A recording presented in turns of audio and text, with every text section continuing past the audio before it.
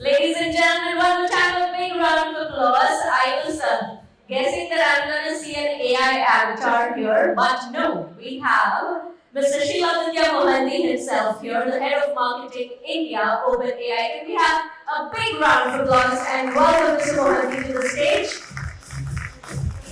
And joining him in this conversation is, of course, Mr. Sreekant Khandekar, co-founder and CEO afaqs. Ladies and gentlemen, let's put our hands together and welcome the gentleman to the stage. A very warm welcome to you, Ms. Mohanty. Welcome back, Mr. Khandekar. I leave the stage over to you, gentlemen.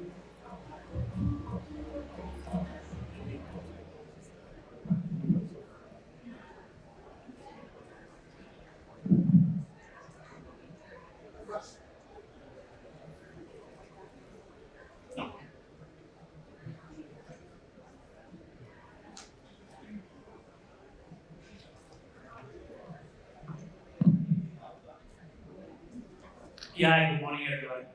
So we're going to do a little show of hands. How many people in this room have ever used ChatGPT? Come on, are some hands missing? I'll be coming there. That gentleman, yes, good you raised it. Okay, how many of you use it at least once a month? At least once a month. Once a month, at least once a month you use it. Okay, fine. So, the thing is that it's incredible actually to imagine that 3 or 4 years back, we didn't even know, we didn't know this name. The idea did not exist, and now we really can't live without it. I want to ask you, I have 7 questions. But the first one is that people use ChatGPT in different ways, many different ways. So this room, perhaps people think in terms of creative, in terms of communication, but people use it massively. So my first question really is that is it a search engine? Is it a tutor? Is it a research assistant? Or is it a creativity tool? Yeah, thanks for having me. I think the answer there is yes. It's all of the above. What makes it hard, and speaking from my perspective as a marketer, there isn't a category that ChatGPT actually fits into. So it isn't, whether it's specifically for creativity or whether it's for better writing. We think of it that's why as an adaptable interface to intelligence, and that intelligence is, what consumers, what marketers, what knowledge workers, what enterprises choose to do. So to me, and India is really good about this, is you start with the outcome. It's about what you want to do with it. Can it help me write better? Can it help me create something new? Can it help me plan my travel? Can it help me build my business in a better way? I think you start with that, the tool becomes almost irrelevant. So it's not about does it need to be used in X, Y, or Z manner. It is meant to access whatever people want to do with intelligence and provide a use case, provide an opportunity for that. But from a marketing standpoint, so that's from the product standpoint. But from the marketing standpoint, because you just started promoting it in India, from a marketing standpoint, which aspect of it do you promote, or do you not promote an aspect of it at all? Yeah, I think, as I said, it's a very hard brief to write because the answer is it can do everything. So, what we instead want to talk about is it almost collapses, and I'll throw in a bit of jargon, but it collapses this gap between intent and action. So, what I need to do, and that can mean many different things, can be done. So, whether I want to figure out how best do I show up with the right documents that I can access a bank account. ChatGPT is there for that. Something that is broken needs to be fixed. Something, I have an exam that I'm preparing for. Can it help me build quizzes to prep me for it? I think we can do that. So the brief that I write is about what does it mean for the next X 100 million users in India to get ChatGPT to do what they intend to do versus what I intend ChatGPT to be for them. So it's more starting with use cases and having a variety of breadth of that versus me talking about like this feature or this functionality that ChatGPT has. So, what is the line of ChatGPT that you promote? What is the proposition? You in the advertising, because we just started seeing it, but what is the I can't remember, so I'm just trying to say what do you say it can do for you? Yeah, so I think there are two aspects of ChatGPT, and I'm talking about in the 10 months or so I've been at OpenAI, I've seen ChatGPT evolve. It's evolved since it started 3 years back, but it used to be about you can ask anything to ChatGPT and it basically becomes your intelligence partner. I have seen now, and we are seeing this, what you have heard the buzzword like agentic future, where ChatGPT is able to do things for you. So what you could just ask it anything, but right now there is almost like a technological leapfrogging that we are seeing that you could build anything with ChatGPT. For example, to give the marketers in the room here, um, you know, as we build campaigns, the favorite or the worst question that we get is 3 days into the campaign, like how is it doing? Right, like you hear from everyone in your organization. Um, it's true everywhere, and that's a struggle then because you are trying to compile many disparate reports. There's no synthesis. What I had started doing is, as a campaign launches, so there is a tool called Codex that we have, which is basically it's a sister to ChatGPT, our agentic tool. I use that to set up an automation that, hey, analyze customer feedback that you're getting in through ChatGPT, analyze social comments across our channels wherever things are live, and analyze product feedback that you're getting in through in-product channels. Combine that into a kind of tool that is relevant to me that gives a daily update. So every morning at 9 o'clock, there is an automatic automation running while I sleep. And like that day, anybody asks, how is the campaign doing? I have a clear answer every day in the morning. I don't have to worry about like, that sounds so simple, it's almost like cheating, so. It is. Yeah. But go ahead, please go ahead. Yeah, and once you start doing that, it's first it feels like, hey, it might be a chore to use chat like AI. It quickly becomes, we have talked about how it can really become a chief of staff for people like us. All of the things that are important but repetitive and have like clear constraints and guardrails that you can define, just give it to AI. You'll be surprised how good it is at those things that you do not have to put your, sort of strategic brain. It's very interesting because Codex is so associated with software development that I wouldn't have thought that it would have, it's something that people in this room could use. Yeah, just a comment on that. Like, we are not really the best at naming things, although ChatGPT is a happy accident. There's this. It started off as a limited research preview. I have seen where that people thought, oh, maybe a few thousand people will use it, primarily among the AI research community, and then people woke up to this being a phenomena. I think on Codex, I do not code. I have not written, like, I remember I read computer science and engineering. I was confused even what pointers were, if somebody remembers that terminology. But I think it's more about us understanding what good looks like and defining to the AI, this is what I want you to do. So it's less about learning how to code or like learning queries. It's about having a clear sense of this is the work that I need you to do, and this is probably the steps that I think you should follow. AI might find better ways of doing the same step, but at least gives that constraint, that guardrail. And it's all about if you're training another, like an intern, and talking to them through, these are the steps that you do to produce a report. You can talk to an AI and it becomes a generative tool. What are the key marketing challenges or opportunities you see in India? I mean, at a helicopter view, could you give us?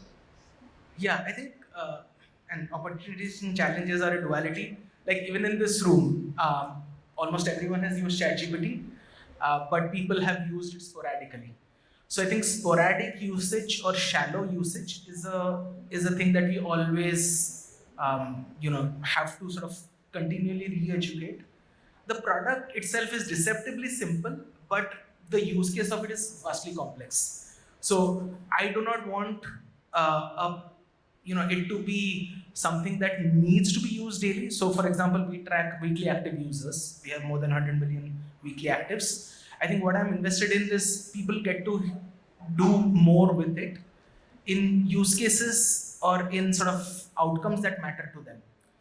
What that requires for me to do is one, understand it's not about like ChatGPT has this new thinking mode, but like now ChatGPT can let you write research papers or generate research reports through industry data, through understanding the internet as well as its own models. Marketers like us, ChatGPT can help us build. My H2 planning deck is built with ChatGPT and Codex first, and then sort of like added on 10% of judgment that's put in. I think these factors, so moving from clear awareness, which is there, but like tackling that shallow usage is a key challenge that I continually work on. The second is, India is multilingual, multimodal. Building for that, we have invested a lot of it as a company in marketing. Also, like the campaigns that we started ran in 9 languages. So it was something that is constantly. So I'll just interrupt you for a minute to tell the room that uh, I was talking to Sheil just earlier, and I knew they were, they were available in different languages. So ChatGPT operates now in 10 major languages, and also including voice. Correct? Both Yeah. together. I think that's really phenomenal because they already dominate in India, and so what has that experience been? What has it taught you? Yeah, I think, and anybody who's worked with global teams just understand like India, you can't translate like English text and have it feel appropriate, like right. India requires transcreation, India requires localization that is deeply rooted in cultural nuance. So, couple of things, like my first brief at ChatGPT was around, for India, we need to build voice and we need to build vernacular. Uh, Very clearly show how people are talking to ChatGPT versus how people are writing things there to ask it stuff. The second is vernacular goes beyond just language, right? There is, as I said, like culture as like the form. Language is a form of expression of culture. So there's one of the things during my early days at OpenAI that I was involved in. I'm really proud of is something called IntQA. So IntQA is an eval, and evals are basically to judge how AIs perform at certain tasks. There are tasks about how AI perform in software engineering tasks, how AI perform in health tasks. IntQA is an eval to evaluate how AI tools understand India. So we worked with 261 experts who built up a question bank of 2200, 2300 questions across 10 different domains. They were written in regional language first, so there were questions in Kannada, Telugu, Tamil that were fed into the AI, and the AI tools and internal models were constantly evaluated against that. What that helps us do is to get better, at understanding India. Helps the AI learn India nuance versus here is a translation from an English chain of thought to a regional language. Is India primarily a text question market or is it a voice market at this stage? I think India is many Indias, so Correct. you see multiple. It's a text market, it's a voice market, it's an image market. I have seen people who click a picture as input and ask like I want to ask a question on it.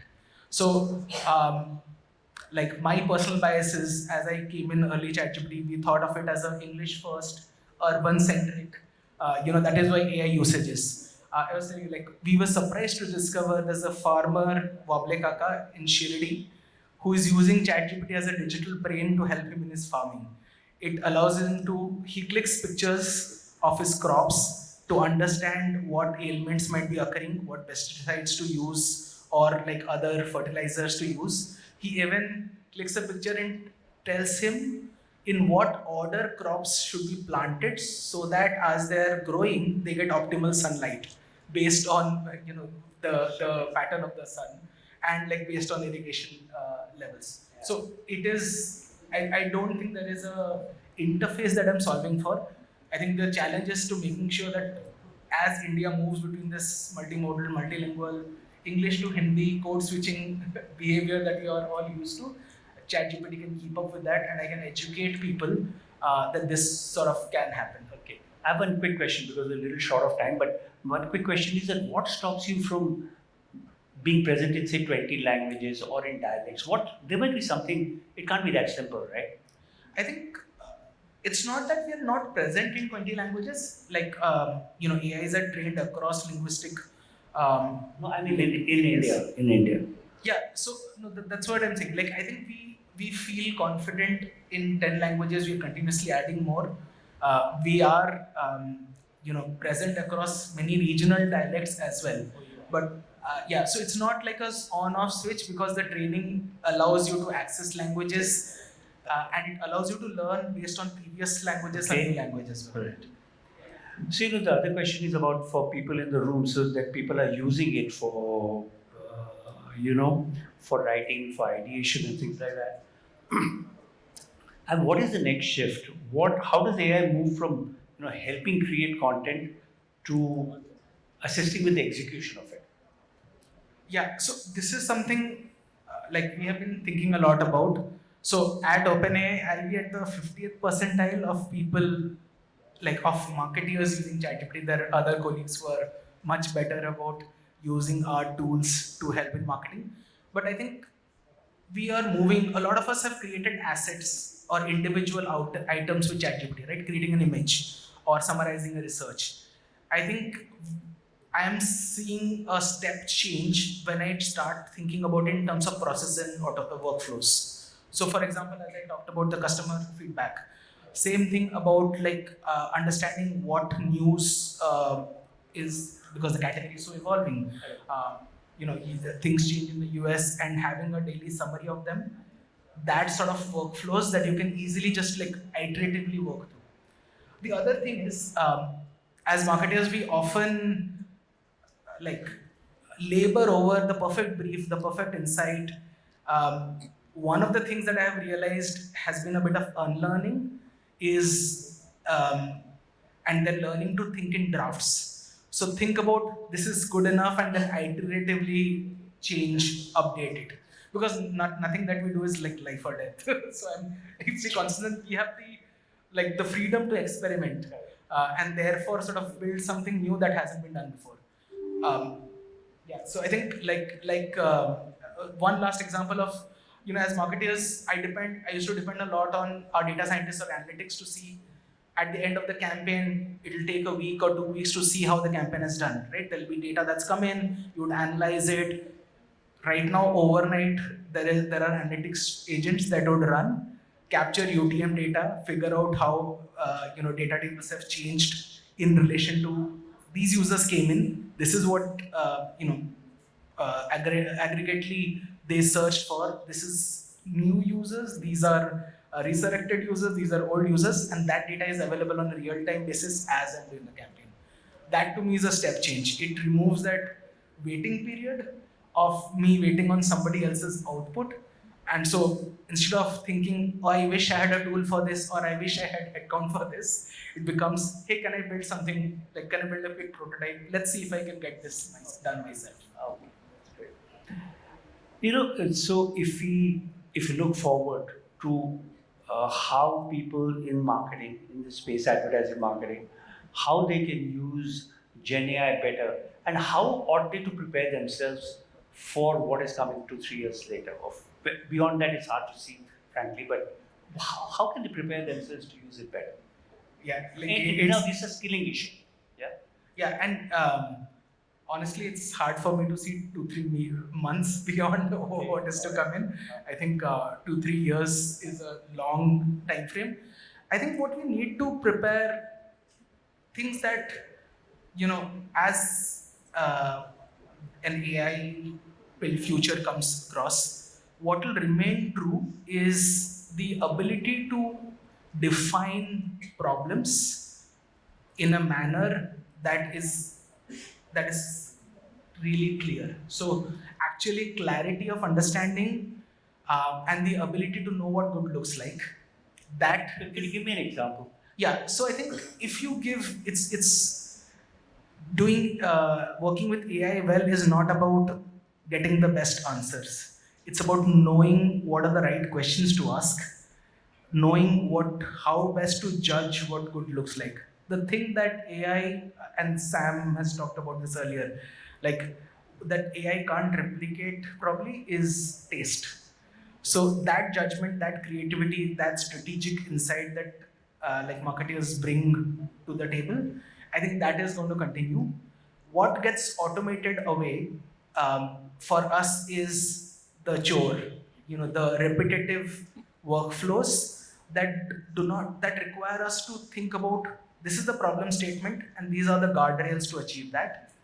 Let AI do the manual cycles and iterations for it, while you concentrate on what's the right craft to bring to this, what's the right strategy, what is that insight.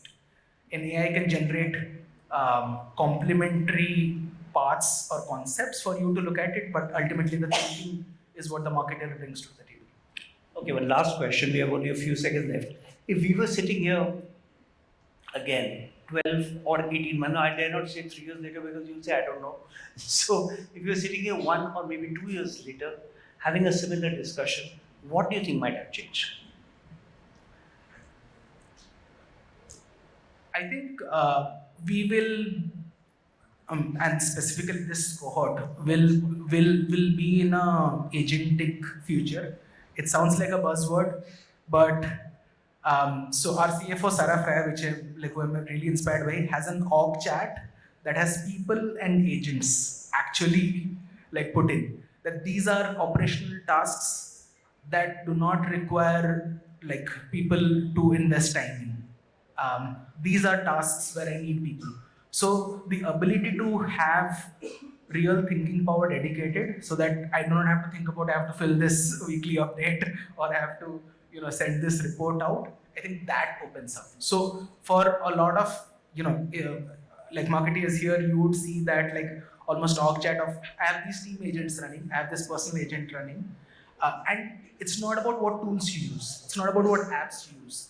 I think we will leapfrog from what is the right software tool or right dashboard for me to do this job to just what is the outcome I want, and everybody will be sort of this group will really take on to that because I know we are the ones who get asked question the most. Kya ho raha hai? Kaise chal raha hai? What do you do about it? And those are repetitive things that can easily be automated away with AI. Great, thank you very much. So, I hope you got a glimpse of what beyond, I'm sure many of you are using it in many different ways, but I think this thing about agentic is very, very intriguing, and I think things will be very different in the next 12 months. Thank you very much. Thank you.